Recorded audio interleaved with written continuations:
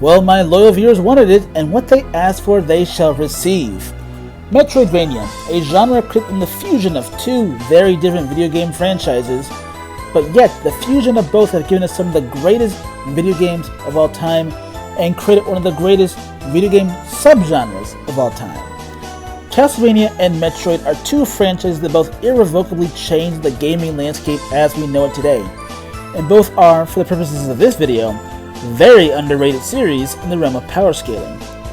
But what if we brought these two great series together? What better way to do that than with a power scaling scenario? So, grab your popcorn as you join me today as we ask the question, could the Metroid universe fend off a Castlevania invasion? Dracula's castle, in of itself called Castlevania, appears in the middle of Diaban, and the invasion of the creatures of the night begin. Obviously, one way or another, a direct attack on the Galactic Federation would get Samus involved as she arrives on the scene to deal with the vampire threat. So let's talk about the early game. So as Samus Aran walks in the front door, what does the scaling look like for either side? I've covered Metroid scaling many a times on this channel, so I'll quickly summarize here that Samus Aran on a dimensional scale stands at 5D, as she interacts and kills with ghosts that come from realms beyond time and space. And even in Prime Hunters is taken to that afterlife in person. Keeping up with beings that dwell in a realm beyond time and space makes Samus immeasurable speed. Check out the videos in the description for more information. Meanwhile, Castlevania isn't a slouch either. Castlevania itself, the castle that is actually a universe in of itself, an alternate dimension created by Dracula. Castlevania very literally sits on top of another dimension, the Abyss, and Castlevania being created by Dracula, who draws his power from a higher dimension than Castlevania, known as the Chaos Dimension. Meaning, from a dimensional standpoint, Samus Aran and the denizens of the night stand on equal footing. The weakest of the creatures of the night scale to the innocent devils, one of which is capable of ripping stars out of the sky and chucking them at foes. And all of them are unbound by time, so we have infinite speed and star level fodder in Castlevania. Now, given Samus is out here capable of busting entire universes and multiverses, you'd think this would be no big deal for Samus, and you're right. From a raw AP and durability standpoint, it is no contest. Without any context, that is. The real issue, as ever, is hacks. Imagine Samus Aran walks into the front gates of Castlevania, ready to face off against some dumb zombie or skeleton, and bang! She's instantly hit by all manner of magics and, soul-based attacks coming from Castlevania itself. Like what? Well, indeed, all paranormal magic attacks in Castlevania attack the soul, and the castle itself casts illusions which can cloud the mind, and the denizens of the castle are free from pain, time, gravity, space, and even existence itself. They're non-existent, by the way. The castle's influence can bind the lost soul to it and alter its destiny without the victim being able to do anything about it, which is literal fate manipulation. Fun fact, the candles so common in Castlevania are actually trapped souls the castle morphed into, candles from innocent victims. Castlevania has morality manipulation and can turn good people evil and make friends fight friends. It can turn you into a flaming ghost or a giant skeleton by merely being near the castle's magic. And if that were enough, the castle can control its targets like puppets on strings, and simply by looking at the castle, it can make those who look on it want to run in fear, and can even render the powers of those within it pathetic.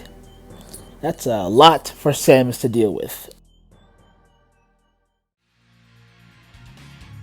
In comparison though, while Samus does have some fairly decent resistance feats, notably in Prime 3 where she resisted the Phazon for over a week festering inside her body, and later in Metroid Fusion when she survived being infected by the X-Parasites long enough to be taken to Earth for medical treatment, both of which are unprecedented feats of resistance in Metroid. However, Samus' resistances are not infallible, as we see in Metroid Prime Federation Force. Samus can indeed be controlled, as she was by the Space Pirates somehow, and in other M, she can be overcome with fear. It would be all too easy for Dracula, or rather even just Castlevania the castle itself, to conjure Samus's worst fears and insecurities, while simultaneously attacking her with pain and fear effects, all of which, as mentioned before, is magic that attacks the soul. And yes, while it is implied the mysterious life energy Metroids, which Samus is one, is the soul, and indeed Samus does have limited soul manipulation in her own right as she turns her foes into energy pellets and missile drops, it is wholly insignificant next to the powers of the castle and what it can do to her, especially given it can render her powers pathetic by its mere presence. But even if we were very generous and assumed Samus could survive for a limited time under the assault of the castle while undergoing constant physical, mental, and spiritual pain, her situation is rendered even more hopeless for the creatures of the night. Indeed, even common mobs are far too much for our bounty hunter to handle. The creatures of the night, including Dracula, are disconnected from reality and existence. Dracula himself in his true form is one with death, a true abstract concept in of itself.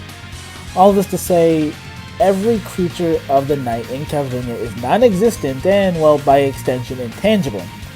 And Samus has never harmed, let alone faced, a non-existent entity. On top of all that, the creatures of the night retain most, if not all, 9 common types of immortality, and have mid-godly regeneration at that, as they keep coming back to life from the Belmonts who are able to erase body, mind, and soul. And yet, as we see with reoccurring enemies like the giant bat, Carmilla, and Medusa, these enemies always regenerate, and it would leave Samus scrambling to find any sort of permanent response to the regeneration.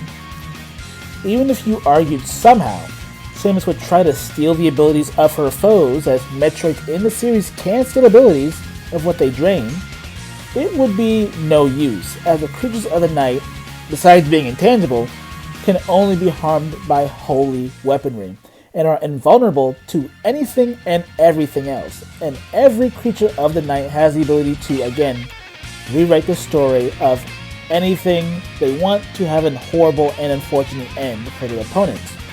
And unlike the Belmonts, Samus has no resistance to fate or plot manipulation. Even if Samus tried to play some sort of long game strategy, maybe using her short range precognition as an alarm system to try and avoid damage, this would get her nowhere, as magic in Castlevania is inherent to every being. Even the weakest enemy capable of using magic, like the common skeleton, would be a genius, as using magic in Castlevania canonically, you have to be an expert in quantum physics of all things. I swear to God. In conclusion, I don't really need to go on. I don't need to explain the power level of mid-tiers or top tiers in Castlevania. I don't really need to explain, but I will say that top tiers like Dracula and Death are immeasurable speed, and therefore Dracula's castle's magic easily keeps pace with Samus if you want to contest that. And the truth of the matter is that Samus Aran is walking into a situation she has no experience with, and is equipped with no tools to tackle the problem. She is outmatched, out-haxed, and outsmarted by basically everything in the castle. And the castle itself and its denizens are perfectly suited to ignore any and all efforts by the bounty hunter, and bring her to an indignable and pathetic end. So can Samus Aran solo Castlevania? She couldn't even solo the front door. Oh, and the Federation gets fucked too, I guess.